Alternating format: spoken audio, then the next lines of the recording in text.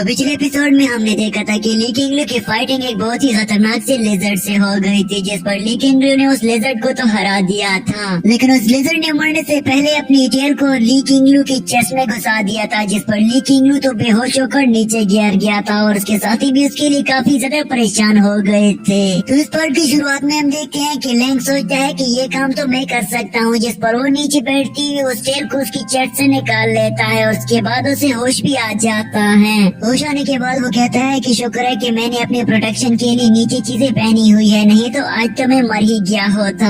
इसके बाद दोस्तों उसका दूसरा साथी उससे कहता है कि मैं तुम्हें हील करना चाहता हूँ और उन सभी को हील करने लगता है, लेकिन उसका सिस्टम तो काफी ज्यादा वीक हो चुका था, जिस पर वो कहता है कि मुझे लगता है कि मैं आपको अच्छी तरीके से हील नहीं कर पाऊंगा। ये सुनकर तो लिली भी उससे कहती है कि तुमने अपने कल्टीवेशन लेवल्स को अच्छी तरीके से ब्रेक थ्रू नहीं किया है, इसलिए ये सब कुछ तुम्हारे लिए करना अब आसान नहीं होगा। नेक्स्ट सीन में रात काफी ज्यादा गहरी हो चुकी थी और वो सभी लोग मिलकर आग के करीब बैठे हुए थे। ली किंगलू उन सभी से कहता है कि हमारा आज का ये टास्क भी कंप्लीट हो चुका है, इसलिए हमें अपने किंगलू कॉलेज दोबारा से वापस जाकर मास्टर मो से अपना रिवार्ड हासिल कर लेना चाहिए। जिस पर उसका दोस्त कहता है कि तुम हर वक्त बस अपने मास्टर मो की ही बातें किया करते हो। ये बात सुनती ही तो ली किंगलू भी गुस्सा होती हुई उससे कहता है कि अरे बेवकूफ, तुम्हें टीचर्स के बारे में बातें नहीं करनी चाहिए, वरना तुम कभी भी अपने जिंदगी में सक्सेस को अचीव नहीं कर पाओगे।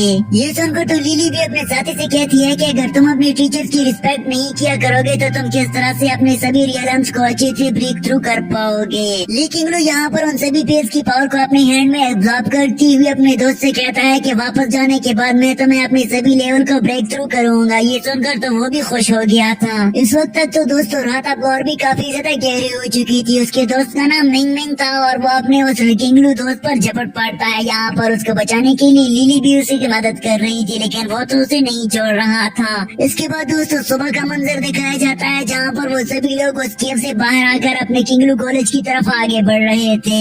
कॉलेज तक पहुँचने के लिए उन्हें काफी दिनों का सफर करना था, जिस पर अब वो 7 दिनों का सफर कर चुके थे। और मिंग मिंग अपने दोस्तों से कहता है कि अब 7 दिन तो गुजर चुके हैं और अब हमें वापस भी पहुँच जाना चाहिए। इसके जवाब में ली किंगलू उससे कहता है कि मुझे लगता है कि 5 कलर फ्लावर्स यहीं पर ही है, इसलिए हमें उन्हें ढूंढ कर ही वापस जाना होगा। ये कहती हुई तो ली किंगलू के पास उसका ब्लू फ्लेम डियर भी आ जाती हुई उससे कहता है कि मुझे पता है कि वो कहाँ पर है, इसलिए वो उसका पीछा करती हुई उसके पीछे भागना शुरू कर देता है। यहाँ पर दोस्तों किंगलू कॉलेज के इन सभी स्टूडेंट्स को 5 कलर डियर की भी तलाश थी, जिस पर वो अपने ब्लू कलर डियर के पीछे भागते हुए 5 कलर डियर तक भी पहुँच जाते हैं, जिसे देखकर तो वो भी हैरान रह गए थे। लेकिन वो जैसे ही वहाँ तक पहुँचते हैं उन्हें मालूम पड़ता है कि उस 5 कलर डियर को तो हासिल करने के लिए वहाँ पर और भी बहुत सारे डिसाइपल पहुँच चुके हैं, जिस पर मिंग मिंग जैसे ही बोलने लगता है ली किंगलू उसे चुप करा देता है। दरअसल में दोस्तों उस 5 कलर गोल्ड डीमन को हासिल करने के लिए ब्लैक डीमन उनकी डायनेस्टी में पहुंच चुके थे, जिस पर वो सभी लोग भी गुस्सा हो गए थे। और यहाँ पर लैंग भी उनसे कहता है कि हमें इन डीमन से लड़ते हुए इन्हें खत्म कर लेना चाहिए। लेकिन यहाँ पर ली किंगलू ऐसा तो नहीं करना चाहता था, जिस पर उन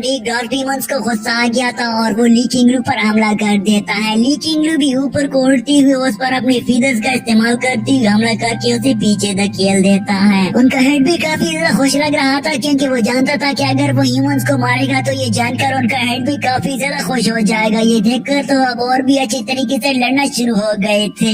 ब्लैक डीमंस का एक साथी अपने उस डियर के साथ खड़ा होती हुई उन सभी किंगलू कॉलेज के डिसाइपल से कहता है कि तुम लोग मुझे नहीं खत्म कर सकते हो, जिस पर तो लिली और फ्रैंक को भी काफी ज्यादा गुस्सा आती हुई उस पर हमला कर देते हैं। ब्लैक डीमन भी अपनी चेयर गियर का इस्तेमाल करती हुई लैंग पर हमला कर देता है, लेकिन लैंग भी अपनी तलवार का इस्तेमाल करती हुई उसकी चेन गियर को अटैक को रोक कर थामे हुए था। यहाँ पर दोस्तों लैंग तो उसका कुछ भी नहीं बिगाड़ पाया था और वो उसके मारने की कोशिश तो कर रहा था, लेकिन वो एक खास डिस्टेंस से उसकी तरफ आगे नहीं बढ़ पाया था, जिसे देखकर तो लिली भी कहती है कि इसने तो अपने डार्क मैजिक को इस्तेमाल कर रखा हुआ है। दरअसल में दोस्तों जो डीमंस डार्क मैजिक का इस्तेमाल करते हैं उनकी तरफ दूसरा डिसाइपल आगे नहीं बढ़ पाता और वो इसका इस्तेमाल करते हुए खुद को प्रोटेक्ट किया करते रहते हैं। लेकिन लिली अपने दूसरे साथी से कहती है कि तुम्हें इसको खत्म करना होगा। लिली मिंग मिंग से कहती है कि तुम अपनी लाइट मैजिक का इस्तेमाल करते हुए इसे खत्म कर दो ताकि हम इन डीमंस को आसानी से खत्म कर सके।